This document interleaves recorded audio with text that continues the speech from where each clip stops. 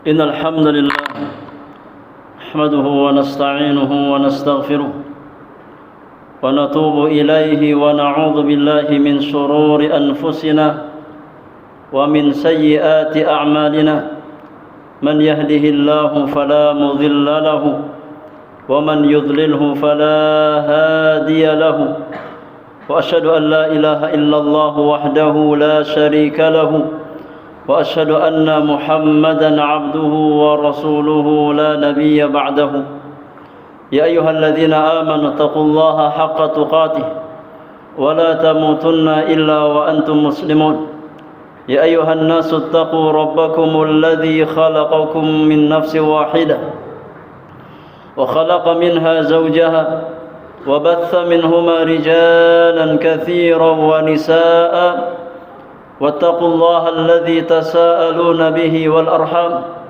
إن الله كان عليكم رقيبا يا أيها الذين آمنوا اتقوا الله وقولوا قولا سديدا يصلح لكم أعمالكم ويغفر لكم ذنوبكم ومن يطع الله ورسوله فقد فاز فوزا عظيما فإن أصدق الحديث كتاب الله وخير الهدي هدي نبينا محمد صلى الله عليه وسلم وشر الأمور محدثاتها وكل محدثة بدعة وكل بدعة ضلالة وكل ضلالة في النار أما بعد أيها المسلمون jamaah sekalian yang semoga dirahmati dan dimuliakan oleh Allah Subhanahu wa taala. Al-Imam At-Tirmidzi membawakan hadis di dalam sunannya.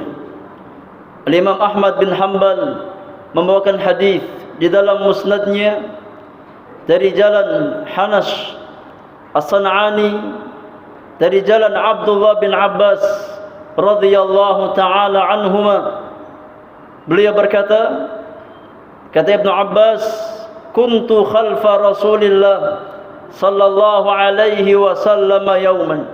Suatu hari aku dibonceng oleh Nabi yang mulia alaihi salatu wasalam di atas kendaraan beliau.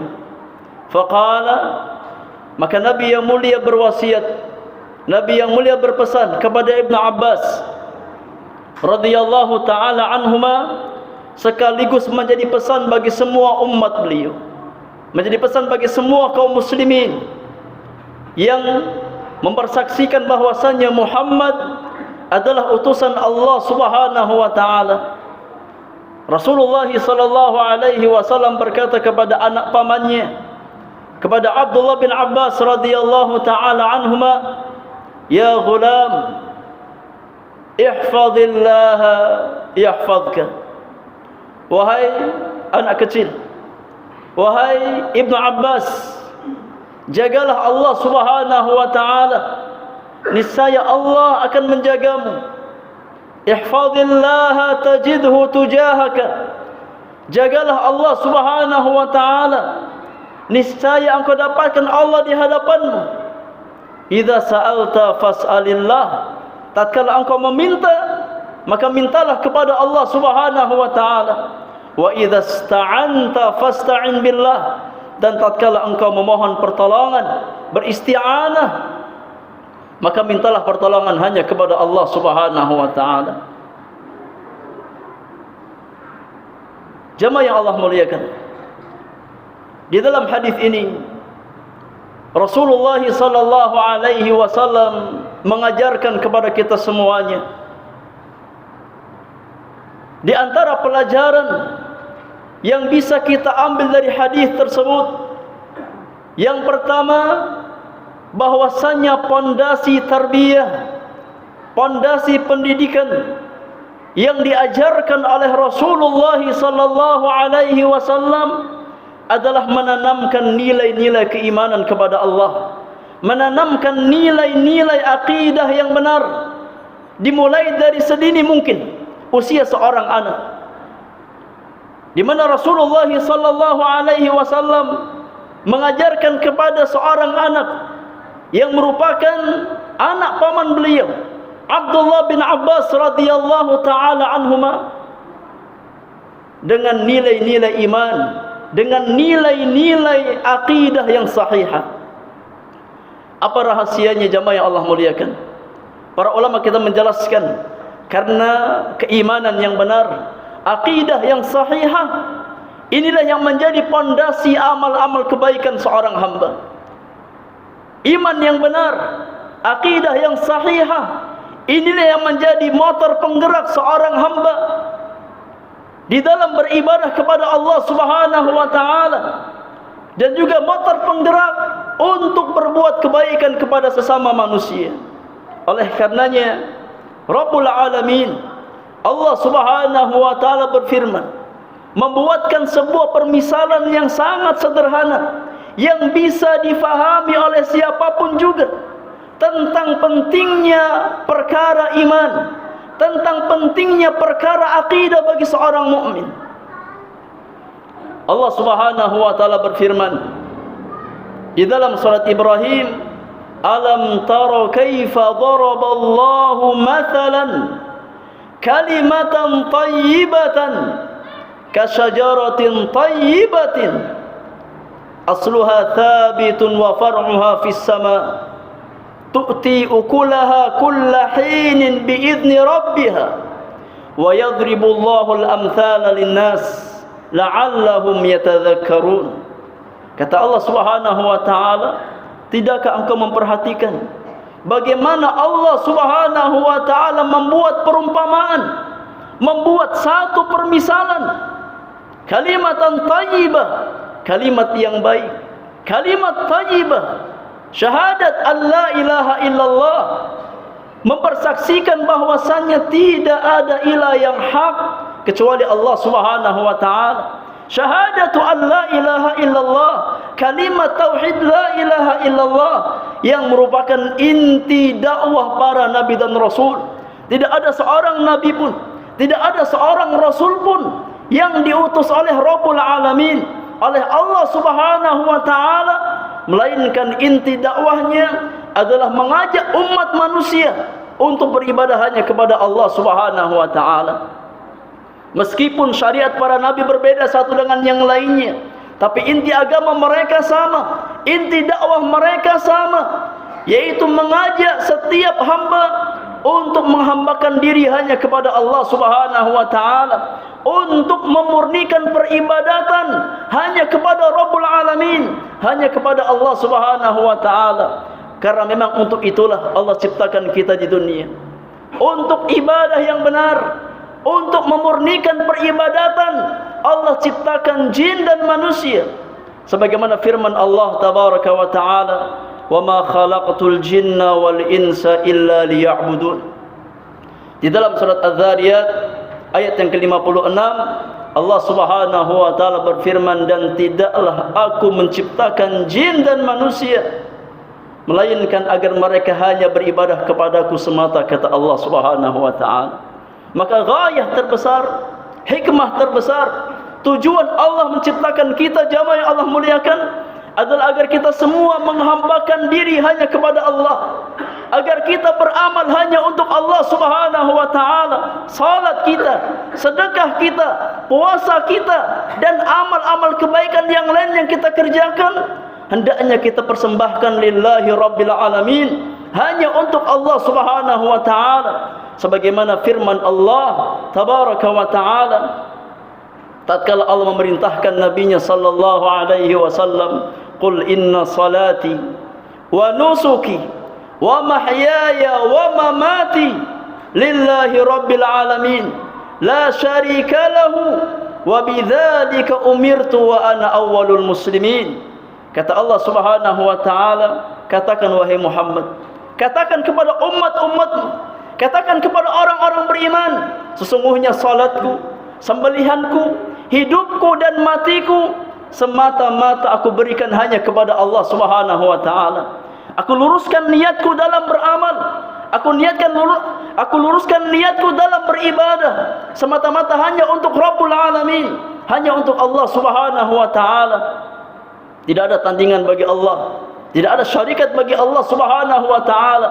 Karena setiap amalan yang tidak dibangun di atas keikhlasan karena Allah tidak akan sampai kepada Allah Subhanahu wa taala. Sebagaimana firman Allah tabaraka wa taala di dalam hadis qudsi, Allah Subhanahu wa taala berfirman, ana aghna syuraka'i 'anis syirki. Aku adalah zat yang paling tidak membutuhkan tandingan. Man 'amila 'amalan asyraka fihi ma'i ghairi taraktuhu wa syirkahu. Maka barang siapa yang di dalam amalannya dia persekutukan aku dengan selainku, aku tinggalkan dia bersama dengan sekutuan tersebut. Maka jamaah yang Allah muliakan, di antara faedah terbesar dari hadis Abdullah bin Abbas, bahwasanya di antara karakter pendidikan yang diajarkan oleh Rasulullah sallallahu alaihi wasallam kepada setiap orang-orang beriman, kepada setiap pendidik, baik dia adalah kedua orang tua ataupun lembaga pendidikan yang diamanahkan oleh kaum muslimin untuk mendidik anak-anak kaum muslimin, hendaknya mereka tanamkan nilai-nilai akidah, nilai-nilai keimanan kepada Allah Subhanahu wa taala. Hendaknya kita tanamkan kepada anak-anak kita, anak-anak didik kita. Tatkala beramal, maka luruskan niat dalam beramal karena Allah Subhanahu wa taala. Pastikan tatkala kita beramal, maka kita beramal hanya karena Allah Subhanahu wa taala. Karena amalan yang sampai kepadanya adalah amalan yang diniatkan semata-mata hanya karena Allah Subhanahu wa taala. Jamaah yang Allah muliakan, sesungguhnya rahasia keberhasilan dakwah Rasulullah sallallahu alaihi wasallam membentuk generasi yang rabbani, generasi terbaik dari kalangan kaum muslimin, yaitu para sahabat Rasulullah ridwanullahi alaihim jami'an, adalah tatkala Nabi sallallahu alaihi wasallam menanamkan poin tersebut. Tatkala Nabi sallallahu alaihi wasallam berusaha untuk menanamkan nilai-nilai keimanan, nilai-nilai akidah yang benar ke dalam jiwa para sahabat Rasulullah sallallahu alaihi wasallam, maka jadilah mereka sebagai generasi yang terbaik di antara umat Rasulullah sallallahu alaihi wasallam, manusia-manusia terbaik yang Allah jadikan sebagai pendamping nabinya sallallahu alaihi wasallam. Maka tatkala kita menginginkan generasi-generasi yang rabbani dari anak-anak kaum muslimin, tidak ada jalan bagi kita semuanya melainkan meneladani pendidikan yang Nabi sallallahu alaihi wasallam tuntunkan dengan cara menanamkan nilai-nilai iman dan akidah dalam pendidikan kita. Tanamkan kepada anak-anak kaum muslimin bagaimana mereka memiliki keimanan yang benar kepada Allah Subhanahu wa taala. Bagaimana dia beramal tatkala dia bermuamal dengan manusia, maka niatkan muamalahnya karena Allah Subhanahu wa taala. Tatkala kita berusaha berbuat baik kepada orang lain, maka niatkan perbuatan baik tersebut karena Allah Subhanahu wa taala, bukan karena menanti balasan manusia, bukan karena menunggu pamrih manusia, bukan karena menanti pujian manusia, tapi kita beramal karena Allah Subhanahu wa taala. Kita memberi makan karena Allah Subhanahu wa taala. Kita membantu orang lain karena Allah Subhanahu wa taala, bukan karena rasa syukur manusia, bukan karena pujian manusia, dan bukan karena takut celaan manusia. Dan itu di antara sifat dan karakter ahlul jannah. Beramal karena Allah Subhanahu wa taala adalah di antara karakter ahlul jannah yang Allah Subhanahu wa taala firmankan, innama nut'imukum liwajhillah la nuridu minkum jazaan wala syukura. Kata ahlul jannah, sesungguhnya kami dahulu di dunia memberikan makan kepada kalian, kami berikan makan kepada kalian semata-mata karena kami mengharapkan wajah Allah Subhanahu wa taala, karena kami mengharapkan balasan Allah Subhanahu wa taala. Kami tidak menginginkan balasan terima kasih dari kalian.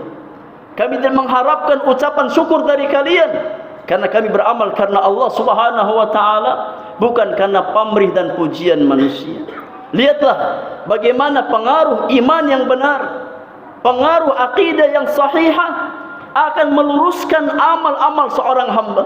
Oleh karenanya, tatkala kita mengharapkan kebaikan pada umat ini, maka perbaiki keimanan mereka kepada Allah Subhanahu wa taala. Perbaiki akidah mereka. Kembalikan akidah mereka kepada akidah yang Allah turunkan kepada Nabi-Nya sallallahu alaihi wasallam, dan akidah yang Nabi sallallahu alaihi wasallam tanamkan ke dalam jiwa-jiwa sahabat beliau ridwanullahi alaihim jami'an. Aqulu ma tasma'un wa astaghfirullah li wa lakum wa li sairil muslimina wal muslimat min kulli dhanbin wa khati'atin fastaghfiruhu innahu huwal ghafurur rahim.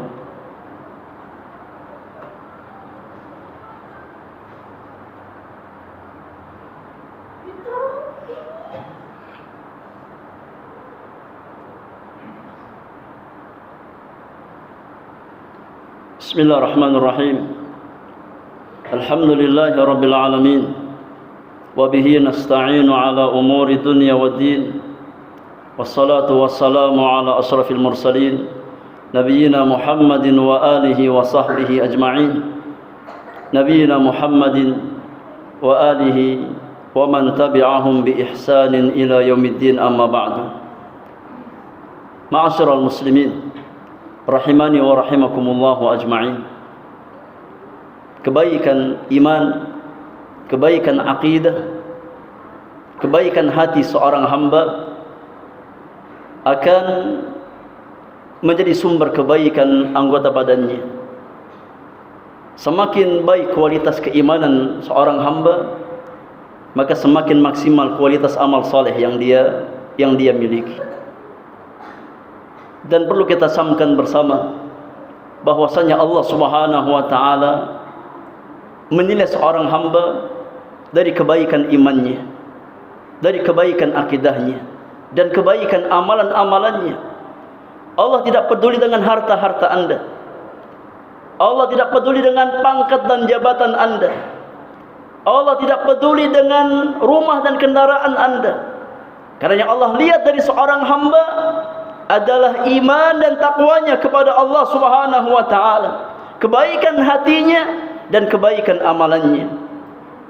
Nabi kita Muhammad sallallahu alaihi wasallam bersabda, "Innallaha la yanzuru ila suwarikum wa a'malikum. Innallaha la yanzuru ila suwarikum wa ajsamikum.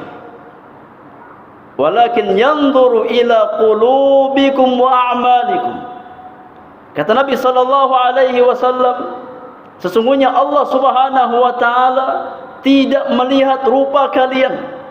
Allah tidak melihat fisik-fisik kalian. Allah Subhanahu wa taala tidak melihat harta-harta yang kalian miliki. Tapi yang Allah lihat adalah kebaikan hati-hati kalian, kebaikan iman kalian, dan kebaikan amal-amal kalian. Maka mulia dan tidaknya seorang hamba di hadapan Rabbul Alamin bukan karena pangkat dan jabatannya, bukan karena harta dan fisiknya, tapi kemuliaan seorang hamba di hadapan Allah Subhanahu wa taala adalah karena keimanannya kepada Allah dan karena kualitas amal yang dia lakukan. Maka jemaah yang Allah muliakan, tatkala kita mengharapkan kebaikan untuk dunia dan akhirat kita, kewajiban kita adalah berusaha menjaga Allah Subhanahu wa taala. Ihfazillaha yahfazka. Jagalah Allah, niscaya Allah akan menjagamu. Dan makna menjaga Allah Subhanahu wa taala adalah menjaga batasan-batasan Allah, menjaga perintah dan larangan Allah Subhanahu wa taala. Barang siapa yang mampu menjaga Allah Subhanahu wa taala, menjaga batasan-batasan Allah, menjaga perintah dan larangan Allah Subhanahu wa taala, Allah akan menjaga dia dari keburukan dunia dan akhirat. Semoga Allah Subhanahu wa taala memberikan kita taufik, memberikan kita pertolongan, memberikan kita hidayah untuk senantiasa istiqamah di atas jalan-jalan kebaikan, istiqamah di atas iman dan Islam sampai kita kembali kepada Allah Subhanahu wa taala. Allah kuatkan keimanan kita, Allah kuatkan Islam, dan Allah berikan kita kekuatan untuk istiqamah di atas jalan-jalan kebaikan.